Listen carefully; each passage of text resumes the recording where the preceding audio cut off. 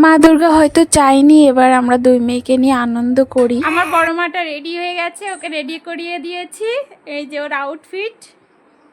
আর এখনো ছোট মাটা রেডি হয়নি। টাকা আমার ও সেই জুতো পরে, সে বাঁশি বাজা জুতো পরে শুধু করছে। টাটা দাও, টাটা দাও, টাটা টাটা। তোমার মাথা কই?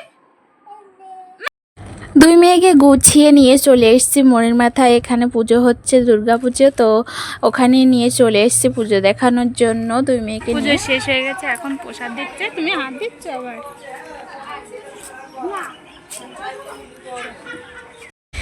এবার হয়তো মা দুর্গা চায়নি যে আমরা দু মেয়েকে নিয়ে একসাথে পুজোতে আনন্দ করি, তো আবার প্রচণ্ড ঠান্ডা লেগে যায়। এটা হলো সপ্তমীর দিন ছিল, তো আমরা দেখো পুজোও দেখতে পারিনি কোনো, শুধু বাতকল্লায় একটা দিনই গিয়েছিলাম, তবুও দেখিনি। মানে সামনে অনামী ক্লাব ছিল, ওই ক্লাবটা দেখেই চলে এসেছিলাম।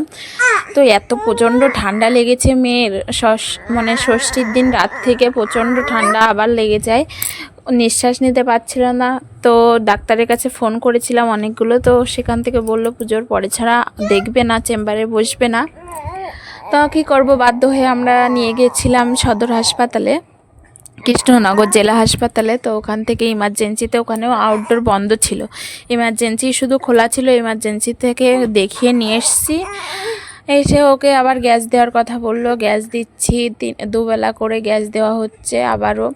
তো এই কদিনই এত টাকা খরচ হয়েছে, মানে শান্তনু ঘোষকে দেখানোর পরে 2 সপ্তাহ পরে ওর পুরোপুরি কমে গেছে। সামান্থান মেজমারার দোকানে গিয়েছিল, মানে বাজারে গিয়েছিল, তো আমি বলেছিলাম দুটো মাথার হেয়ার বেল্ট আনতে, মানে মেয়েদের মাথার জন্য। তো দেখো সুন্দরই হয়েছে না, একদম সাদা, আমার সাদা কালার খুব পছন্দ, মানে হোয়াইট খুব পছন্দের, হোয়াইট আর কালো রং, তো দারুণ দেখতে হয়েছে।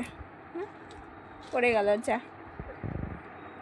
বড় মেয়ে ঘুমিয়েছে, দেখলে উঠে দেখলে মানে খুব পছন্দ হয়ে যেত ওর।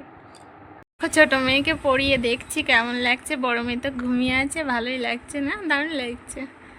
তাকাও মাম্মা, কই এইদিকে তাকাও। বড় মেয়ে ঘুম থেকে উঠে গেছে, ও ঘুমিয়েছিল, আর ও ঘুম থেকে উঠার সাথে সাথে ওই যে ওর মাথায় পরিয়ে দিয়েছি। ও বুনুর কাছে দেখেছে, বুনু পড়েছে, ও আবার হাত ধরে টানছে, তো সেই জন্য ওটাও পরিয়ে দিয়েছি।